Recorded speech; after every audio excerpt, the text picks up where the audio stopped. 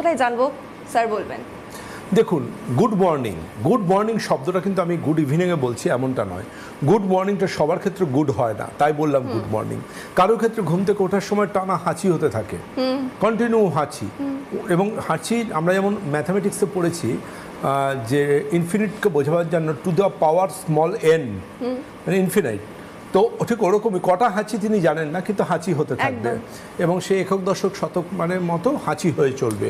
এটা যেমন যাদের ক্ষেত্রে খুব বড় একটা সমস্যা, যেটা যদি সঠিকভাবে চিকিৎসা না করা হয় আগামী দিনে কিন্তু তার শ্বাসকষ্টের রোগও আসতে পারে, কেমন অ্যাজমাও আসতে পারে।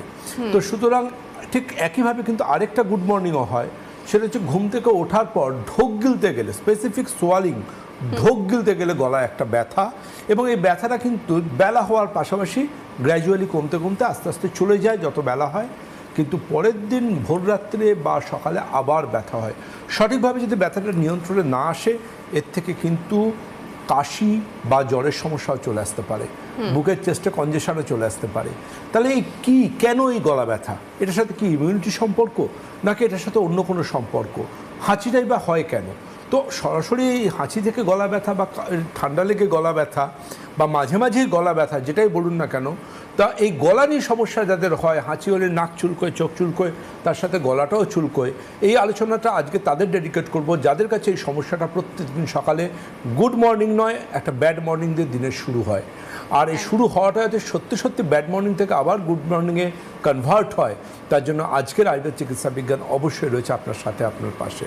প্রথমত বলে রাখি যে হাঁচির সমস্যা মানেই কিন্তু জানবেন যে something related with maybe allergic rhinitis, অর্থাৎ এটা কোনো কারণে অ্যালার্জির সাথে রিলেটেড হতে পারে। রাইনো ভাইরাস বলে একটা ভাইরাস হয়, যেটা আদৌ গন্ডারের মতো দেখতে নয়, কিন্তু নামটা রাইনো ভাইরাস। অনেকে দেখবেন নাকের অপারেশন করেন, রাইনোপ্লাস্টি করান। তো এই রাইনো ভাইরাস যেটা হয়, সেই রাইনো ভাইরাস কী করে, আমাদের নাকের মধ্যে ইনফ্লামেশন বা প্রদাহ সৃষ্টি করে, এবং যাদের অ্যালার্জির টেন্ডেন্সি আছে, বিশেষ করে ডাস্ট, স্মোক, পোলেন বা পেট আছে যাদের বাড়িতে, তাদের লক্ষ্য করে দেখবেন যে একটুতেই হাঁচি শুরু হয়, একটুতেই। এবং কন্টিনিউয়াসলি দেখা যায় যে যারা প্যাসিভ স্মোকার হন, যাদের বাড়িতে কোনো কেউ স্মোকিংয়ের মতো জঘন্য অভ্যাসের মধ্যে পড়ে আছেন, তাদের বাড়িতে কিন্তু এই সমস্যা বা অ্যাজমা সমস্যা থাকবেই।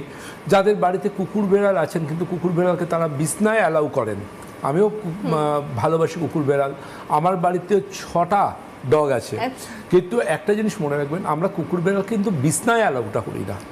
ওদের দেখার লোক আলাদা, ওদের ঘর আলাদা, ওদের প্রপার মেনটেন আলাদা। তো একটা জিনিস মনে রাখবেন, যে মনে রাখতে হবে যে একটা জন্তুর গায়ে কিন্তু জীবাণু থাকবেই।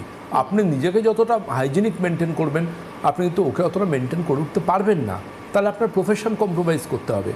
তো আলটিমেটলি ব্যাপারটা যেটা, সেটা হচ্ছে আপনাকে বিছনায় অ্যালাউ করা যাবে না। এবং দেখবেন ওদের গায়ে সমস্যা হলে ওরা চুলকোয়, ওই যে চুলকোয় ডেড সেল, লোম, এগুলো এয়ারে উঠতে থাকে, সেগুলো যদি আপনার নাকের মাধ্যমে ঢোকে, তাহলে কিন্তু আপনার এই অ্যালার্জির সমস্যা কিন্তু প্রাদুর্ভাব দেখা দিতে পারে।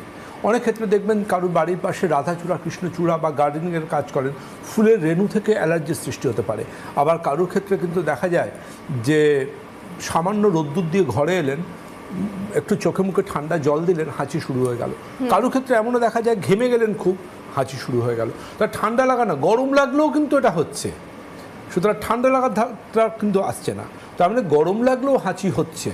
এবং এই জিনিসটা কিন্তু জানবেন, আমরা কিন্তু অ্যাডভাইস করব প্রথম ব্লাডের আইজিই, অর্থাৎ এই আইজিই মানে সেরাম আইজিই, এই ইমিউনোগ্লোবুলিন মডুলেটরটা ভীষণ চেক করা দরকার। এর পাশাপাশি দরকার স্যাট বা সেরোলজিক্যাল অ্যালার্জি টেস্ট, যার মাধ্যমে আপনি জানতে পারবেন কোন কোন জিনিসে এবং কোন কোন খাবারে আপনার অ্যালার্জি আছে। Not forever, just during this treatment period you should maintain this dietary restrictions. After completion of the treatment আপনি নর্মাল খাবার দাবারে আবার কাম ব্যাক করতে পারবেন।